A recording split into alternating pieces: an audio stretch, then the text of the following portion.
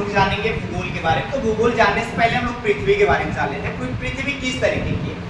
पृथ्वी बहुत लोग कहते हैं कि गोल है, कोई कहता है कि अंडाकार है, लेकिन पृथ्वी गोल ना ना अंडाकार है। पृथ्वी किस टाइप की है, टेढ़ी मेढ़ी, जियोड है। जैसे हमारा शरीर है, शरीर हमारा एक बराबर दिख रहा है आपको, हमारा फेस बराबर दिख रहा है, कहीं आंखें हैं धसी हुई हैं, नाक है उभरी हुई है ना, इधर देखेंगे दाढ़ी वगैरह फेस के नीचे ये सब भी धसा है, कहीं कहीं उभरा हुआ है। हमारा संरचना जो है सीधा नहीं है, सिंपल नहीं है, गोल टाइप का नहीं। ऐसे ही पृथ्वी है, पृथ्वी का भी संरचना जो है वो बिल्कुल गोल नहीं है।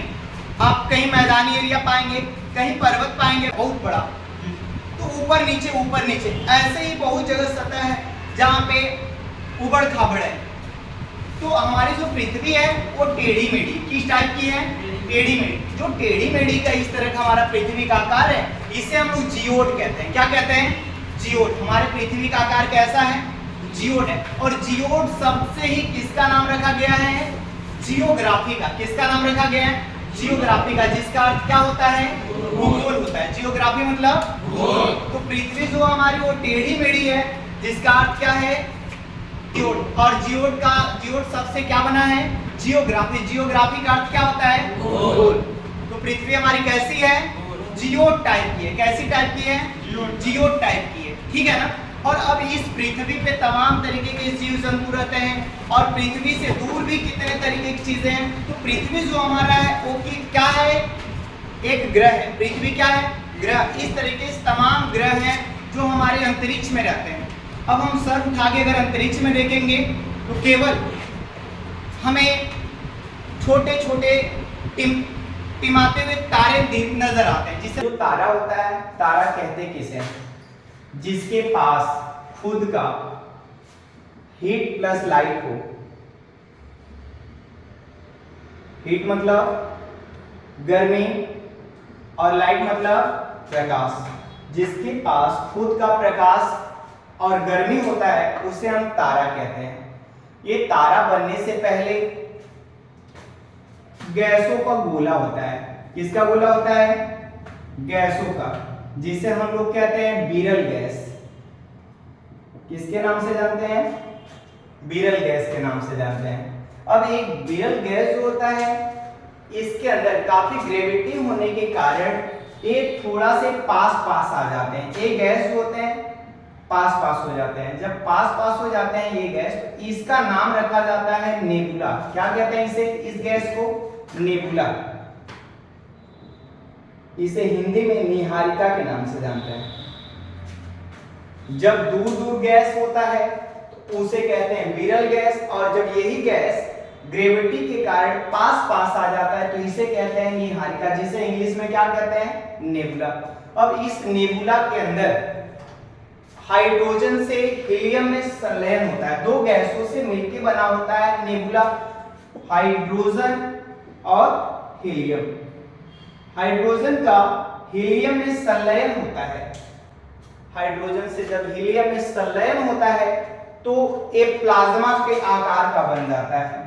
कैसा बन जाता है, प्लाज्मा। अब प्लाज्मा जो होता है काफी गर्म होता है। जब गर्म होता है तो इससे खुद की एक रोशनी पैदा होती है, और जिसे हम लोग क्या कहते हैं, तारा कहते हैं, जो कि बिल्कुल चमकता है। इसके अंदर बहुत ज्यादा गर्मी होती है। ये बहुत दूर होते हैं तारे, जो हमें अंतरिक्ष में बिल्कुल छोटे छोटे दिखाई देते हैं। जैसे हम रात को सोते हैं तो देखिएगा कि खूब छोटे छोटे हमें तारे दिखाई देते हैं, चमकते हैं। उसी में से एक हमारा सूरज भी तारा है। तारा के पास भी खुद की गर्मी है और खुद का लाइट है। इन दोनों से मिलके हमारा सूर्य का भी निर्माण हुआ है, कि जो कि एक तारा है। लेकिन यह इसका हम लोग नाम देते हैं, और बाकी जितने तारे हैं जो छोटे छोटे दिखाई देते हैं अंतरिक्ष में, हम उसका नाम नहीं लेते हैं। फर्क बस इतना है, ये जो हमारे पास तारा है ये हमारे पृथ्वी से काफी नजदीकी पर है, इसीलिए हम लोग इसका नाम सूर्य रखते हैं। जैसे हम लोगों के बहुत सारे इंसान हैं बहुत लोग हैं हम लोगों से जुड़े हुए भी हैं, लेकिन कोई एक ऐसा पर्सन होता है जो हम लोगों से बहुत करीबी होता है, बहुत नजदीकी होता है, और हम लोग उसका कोई विशेष नाम रख देते हैं जिस नाम से हम लोग उसे बुलाते हैं, और बाकी लोगों को आम जनता में गिन देते हैं।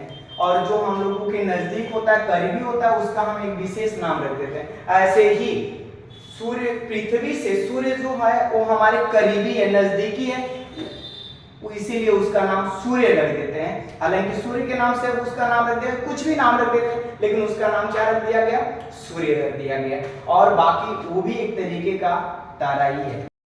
देखिए सर, जब ये तारा जो होता है काफी बड़ा हो जाते हैं साइज में, इसकी लाइट जो होती है गर्मी इसमें, जब ये साइज में काफी बड़ा तारे हो जाते हैं तो इसको लाल दानव कहते हैं। क्या कहते हैं? लाल दानव। और लाल दानव होते ही इसकी लाइट जो होती है बंद हो जाती है। लाइट क्या होने लगती है? बंद हो जाती है। जब लाइट बंद होती है तो इसे कहते हैं श्वेत वामन। क्या कहते हैं? श्वेत वामन। जब बड़ा तारा आकार बनता है तो उसे क्या कहते हैं? लाल दानव। और यही लाल दानव बनते ही इसकी लाइट बंद होने लगती है तो क्या होता है? श्वेत दामन। तब ये क्या होता है? श्वेत दामन की कंडीशन में हल्की फुल्की लाइट रहती है इसके अंदर। और जब पूरी तरीके से लाइट बंद हो जाती है एकदम से, और उसका काम निपट जाता है, एकदम से सिकुड़ जाता है, खत्म हो जाता है, तो इसे कहते हैं काला वामन। क्या कहते हैं? काला वामन। श्वेत वामन क्या होता है? जब प्रकाश बिल्कुल कम हो जाए, एकदम ना के बराबर हो, थोड़ा बहुत उसके अंदर रह जाए तो उसे क्या कहेंगे? श्वेत वामन। और जब पूरी तरीके से एकदम से लाइट बंद हो जाए, उसके अंदर कुछ भी प्रकाश नहीं रह जाए तो उसे क्या कर बोलेंगे? काला वामन। तो ये जो श्वेत वामन, काला वामन होता है, ये जब तारा हमारा लाल दानव जो होता है छोटे आकार का थोड़ा सा होता है उसके लिए बना होता है, लेकिन जब बहुत बड़ा होता है, जब लाल दानव हमारा बहुत बड़ा होता है तो ऐसी कंडीशन में वो श्वेत वामन और काला वामन नहीं बनता है।